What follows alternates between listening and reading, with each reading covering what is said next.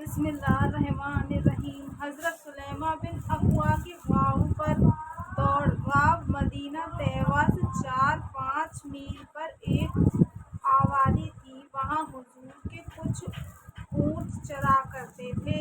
کافروں کے ایک مجموعہ کے ساتھ عبدالرحمن فزاری نے ان کو لوٹ لیا۔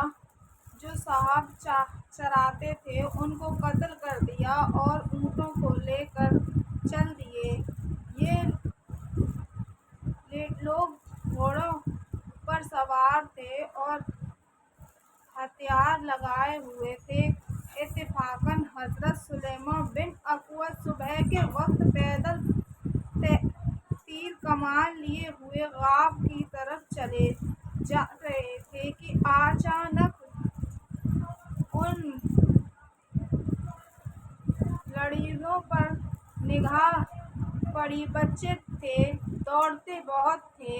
کہتے ہیں کہ ان کی دوڑ صرف المعطل اور مشہور تھی۔ یہ اپنی دوڑ میں گھوڑے کو پکڑ لیتے تھے اور گھوڑا ان کو نہیں پکڑ سکتا تھا۔ اس کے ساتھ ہی تیر اندازی میں بھی مشہور تھے۔ حضرت سلیمان بن اکوع نے مدینہ منورہ کی طرف منہ کر کے ایک پہاڑی پر چڑھ کر لوٹ کا اعلان کیا اور خود تیر کمان ساتھ ہی ان لٹیروں کے پیچھے دوڑ لیے۔ ہاتھی کے ان کے پاس تک پہنچ گئے اور تیر مارنا شروع کیے اور اس پر تھے۔ تیر سے دمادم تیر برساتے کہ وہ لوگ بڑا مجموعہ سمجھے اور چونکہ خود تنہا تھے اور پیدل بھی تھے، اس لیے جب کوئی گھوڑا لوٹ کر پیچھا کرتا تو کسی درخت کے آڑ میں چھپ جاتے اور پٹھے میں اس کے گھوڑے کے تیر مارتے، جس سے وہ زخمی ہوتا اور وہ اس خیال سے واپس جاتا کہ گھوڑا اگر گیا تو میں پکڑا جاؤں گا۔ حضرت سلیمان فرماتے ہیں کہ غرض وہ بھاگتے رہے اور میں پیچھا کرتا رہا۔ ہاتھی کے جتنے اونٹ انہوں نے حضور کے لوٹے تھے وہ میرے پیچھے ہو گئے اور اس کے علاوہ 30 برچے اور 30 چادریں وہ اپنی چھوڑ گئے۔ اتنے میں عین بن حصن کی ایک جماعت مدد کے طور پر ان کے پاس پہنچ گئی اور ان لٹیروں کو فوت حاصل ہو گئی۔ یہ بھی ان کو معلوم ہو گیا کہ میں اکیلا ہوں۔ انہوں نے کئی آدمیوں نے مل کر میرا پیچھا کیا۔ میں ایک پہاڑ پر چڑھ گیا، وہ بھی چڑھ گئے۔ جب میرے قریب ہو گئے تو میں نے زور سے کہا کہ ذرا ٹھہرو، پہلے میری ایک بات سنو۔ تم مجھے جانتے ہی ہو کہ میں کون ہوں۔ انہوں نے کہا کہ بتا کون ہے۔ میں نے کہا کہ میں ابن اعلیٰ قول ہوں۔ اس ذات پاک کی قسم جس نے محمد صلی اللہ علیہ وسلم کو عزت دی، تم میں سے اگر کوئی مجھے پکڑنا چاہے تو نہیں پکڑ سکتا اور تم میں سے جس کو میں پکڑنا چاہوں وہ مجھ سے ہرگز نہیں چھوٹ سکتا۔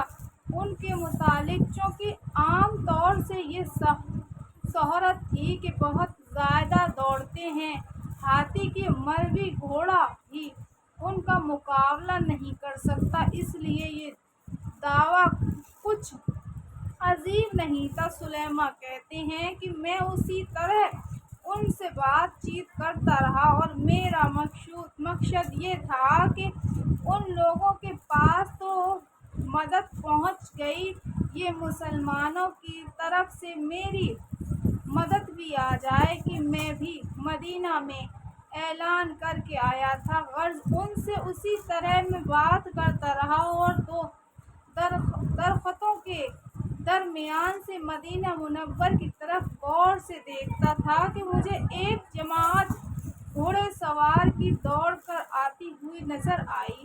ان میں سے سب سے آگے اسدی تھی، انہوں نے آتے ہی عبدالرحمن فزاری پر حملہ کیا اور عبدالرحمن بھی ان پر متوج ہوئے۔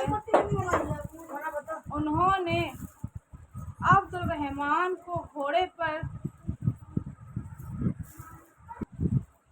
سوار ہو گیا، ان کے پیچھے ابو قتادہ تھے، فوراً انہوں نے حملہ شروع کر دیا۔ عبدالرحمن نے ابو قتادہ کو گھوڑے کے پاؤں پر حملہ کیا جس سے وہ گرے اور گرتے ہوئے انہوں نے عبدالرحمن پر حملہ کیا جس سے وہ قتل ہو گیا اور ابو قتادہ فوراً اس گھوڑے پر جو اکرم عصری کا تھا اور اب اس پر عبدالرحمن سوار ہو رہا تھا سوار ہو گئے۔ بعض تواریخ میں لکھا ہے کہ حضرت سلیمان نے اکرم عصری کو حملے سے روکا بھی تھا کہ ذرا ٹھہر جاؤ، اپنا مجموعہ اور آنے دو۔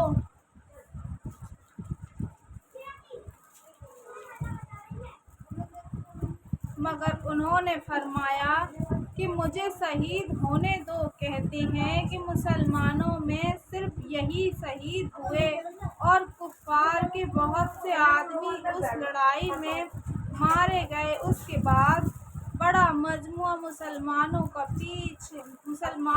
پیچھے گیا اور وہ لوگ بھاگ گئے تو حضرت سلیمان نے حضور اقدس صلی اللہ علیہ وسلم سے درخواست کی کہ میرے ساتھ 100 آدمی کر دیں، میں ان کا پیچھا کروں گا، مگر حضور نے فرمایا کہ وہ اپنی جماعتوں میں پہنچ گئے۔ اکثر تواریخ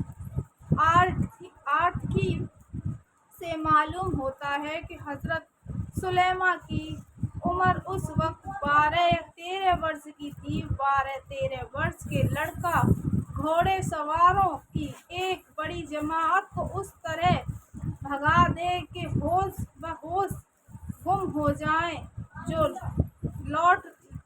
لوٹا تھا وہ بھی چھوڑ دیں اور اپنا بھی سامان چھوٹ جائے، اور جو اپنا سامان تھا وہ بھی چھوڑ جائیں۔ یہ اسی اخلاق کی برکت تھی جو اللہ جل شان نے اس جماعت کو نصیب فرمایا تھا۔